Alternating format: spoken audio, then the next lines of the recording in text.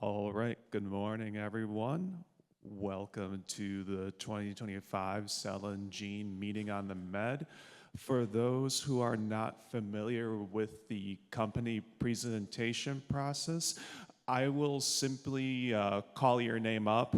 When it's your turn to present, you'll have 15 minutes, and then afterwards we'll call up the next company, so on and so forth. So with that being said, our first company presentation is Accelerated Bio.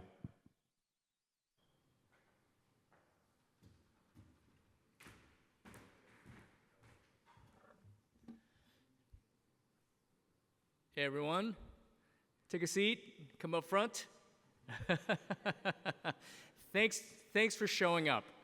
It's the first session. It's really hard to get to, I know, because of the other keynote speeches. I want to tell you about the human trophoblast stem cell. My company is called Accelerated Biosciences. We are a stem cell platform company. We're Delaware C Corp based in Philadelphia. And we have full freedom to operate over these human trophoblast stem cells, or hTSCs. And my job really is just get these cells to GMP, which we did last year in April. And I want to get this to pretty much all of you just to use as a starting stem cell source. So, as we all know, the hardest decision to make is in the very beginning. How do you pick the right stem cell starting source, right? You face ethical issues, inconsistent cell source. You have to choose between scalability and immunogenicity. And many times the FTO or the IP is unclear and the CMC is all over the place, right? We've actually gone through and checked off all these boxes already, okay? Our cells, our hTSCs, have pretty interesting characteristics. They show markers of all three germ layers. They're ethically sourced, scalable, immune privileged naturally. They're pathogen-free. They have chromosomal stability to very high population doublings. And we have a large IP estate to protect it. So, at the bottom here, you'll see spectrum, or the timeline of fetal development. The first 8 weeks is embryonic. After that, from 8 weeks to birth event at 38 weeks is fetal. And then everything after that is considered adult. So our hTSCs are sourced in the embryonic stage between 4 to 8 weeks from an ectopic pregnancy. Okay? And as you may also know, the earlier you go, the more biologically active the cells tend to be.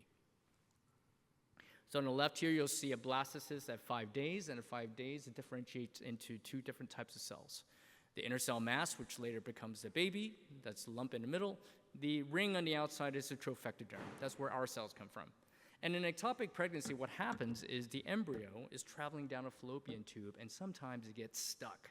And it'll keep growing until it bursts the tube. And if it bursts the tube, the mother may die of internal bleeding. Okay? So what happens is a woman feels sharp pain, go into the ER, get scanned, the doctor goes, ooh, you actually have an ectopic, we have to take it out right away. So they schedule an emergency salpingectomy. And what they do is they ablate both sides of the mass, and they use a scope to remove it. And once they do, all they have to do is give it to the pathologist to check it and double check it and say, yep, it's an ectopic, and they throw it away as medical waste. The reason they do that is because on the left side, the blastocyst typically needs to implant into the mother by day 7 or day 8. But you don't discover an ectopic until 4 to 8 weeks. So there are many weeks in between where the embryo has no connection to the mother, no nutrients going to it, so all OBGYNs understand it to be non-viable. So when they take it out, all they have to do is give it to the pathologist who checks it, and they throw it away. Well, my father is an MD PhD. He got his MD in Tohoku University in Japan and his PhD at St. Bart's University, London. Was performing this salpingectomy procedure back in 2003. And when he took the mass out, he was thinking to himself, why are we throwing this stuff away? There's got to be amazing stem cells in here, right? But to avoid all the ethical issues, what we ended up doing was scraping off the preplacental tissue from the outside of that embryo, handing the embryo back to the pathologist who checks it, and he still throws it away. And because of that, we have the earliest stem cells you could possibly source without any ethical issues, okay? So we're going after a couple of programs. First one is Parkinson's disease. And as you guys may know, Blue Rock did a wonderful job taking theirs to phase 2. congratulations to them. Our cells also can turn into Th-positive neuroprogenitor cells in a 24-hour protocol. Okay. Second program we have is type 1 diabetes, and also Vertex has done a wonderful job taking their platform to phase 2. And it takes them about 7 steps from an IPS all the way to a insulin-producing beta islet cell. Our cells naturally produce insulin upon contact with glucose. Now, a lot of people would ask me, that's kind of strange. Why do your cells at such an early stage produce insulin? If you think about it, when a mother is pregnant, right, what happens when she takes a big bottle of Coca-Cola? Then how does the embryo deal with the hyper and hypoglycemia resulting from that? Right? Turns out that the placenta has a role to protect the embryo from all that. And so it makes sense then, if you put sugar or glucose onto the cells, insulin will naturally jump out. So we have that natural function. And so we have a 24-hour protocol as well to turn our hTSCs into insulin-producing pancreatic progenitor cells. This one is the one I'm most excited about. So the third one is cell senescence. So about a year and a half ago, the NIA, National Institute on Aging, which is a subpart of the NIH, a researcher called me and said, Yuta, I hear you have one of the earliest stem cells they could possibly find without ethical issues. I said, yes, we do. In fact, we took it to GMP already. He said, can you send me all your conditioned media? So I packaged up 6 liters of frozen media, and I sent it to Baltimore. Then I called the guy up, and I said, what are you doing with this stuff, right? And he proceeds to tell me this amazing story of heterochronic parabiosis. It's a set of studies done at Stanford 20 years ago. So what they did was they took 2 mice and they stitched them together so it would have one circulatory blood system. You can kind of see on the left side there. 1 old mouse, 1 young mouse. And what they discovered was the old mouse was biologically getting younger and the young mouse is biologically getting older. They're like, whoa, what's going on here? Second experiment, did not stitch them together, but did a plasma transfer, and the same thing was happening. So what does that mean? That means the rejuvenation of the old mouse was purely a function of the proteins coming off the blood of the young mouse, right? And so because of this, he was thinking to himself, well, what would happen then if you took the proteins coming off the earliest embryonic stage stem cells and applied it towards senescent cells? And that's the study that we did, and I'll show you some data in a bit. Oop. Here we go. Some characteristics. These hTSCs are naturally senescing cells, but we're able to drive them out to 85 population doublings.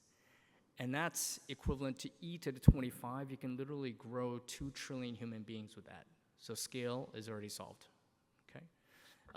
In comparison, MSCs are probably around 25 population doublings or 30, right? So we have a lot of scale.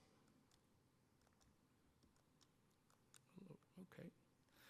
Our cells, because they're preplacental, express HLA-G. HLA-G is the marker that allows the embryo to stay attached to the mother, because the embryo is a recombination of the father's gene and the mother's gene, right? So how come it's able to attach itself to the mother? Well, the HLA-G literally dampens down the mother's immune system so the embryo can stay attached and survive and then draw nutrients from it, right? So because our cells are from a preplacental source, they express HLA-G. When we differentiate them towards a neuroprogenitor or a pancreatic progenitor, the HLA-G sticks. So they're really ideal for allogeneic therapeutics.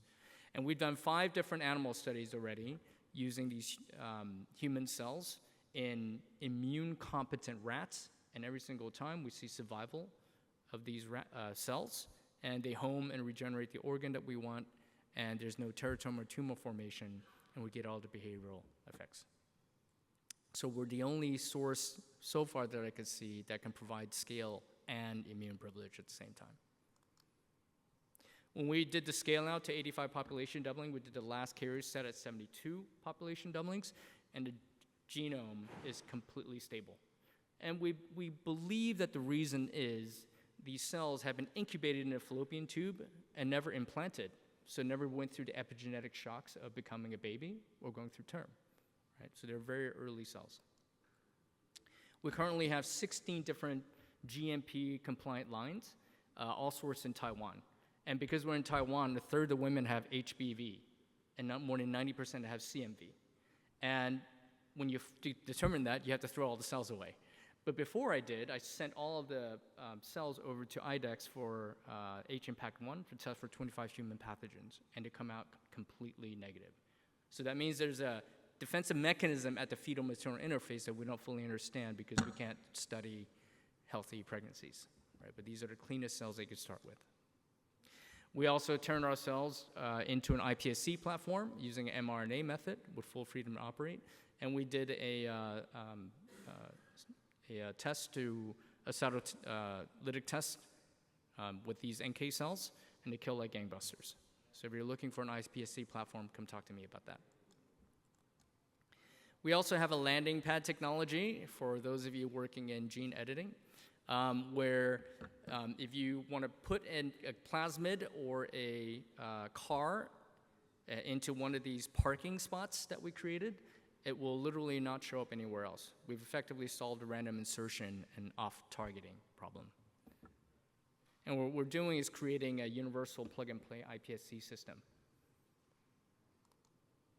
So here's the data from the NIH, or National Institute on Aging. So what they're going after is cell senescence. So as we get older, we have a lot of cells that stop dividing, and they also refuse to die. And they're sitting around putting out a lot of really bad cytokines called senescence-associated secretory phenotype, SASPs. Okay? And these SASPs are related to a lot of chronic diseases that we have today. So the idea is, like I said earlier, if heterochronic parabiosis does work, what happens if you take the earliest proteins or secretome from the early stem cells and put it towards senescent cells? And here's some of the data. We did pilot runs using the whole condition media as well as isolated EVs. We were able to systemically downregulate the mRNA expression. And that was good enough for us to go into a full study where we characterized the cells. We did an in vitro and in vivo study. This is all at the NIA. And this is the transcriptomics. We were able to systemically downregulate all the SAPs. And also the same in the proteomics. We were able to downregulate all the SAF markers. And we realized that we are suppressing NF-kappa B, which is one of the activators of inflammation. And we're also providing defense against double-stranded DNA breaks with gamma H2AX. And in vivo, same thing. N equals 20, we were able to systemically downregulate all of the inflammatory markers in the serum. Or in the plasma, excuse me, in the blood. And these, there were so many markers, and I said, which ones are most important? So the NIH gave me 4, GDF15, CXCL1, DPP4, and BAFF, which we did a search, and they were linked to all of these indications on the right side here.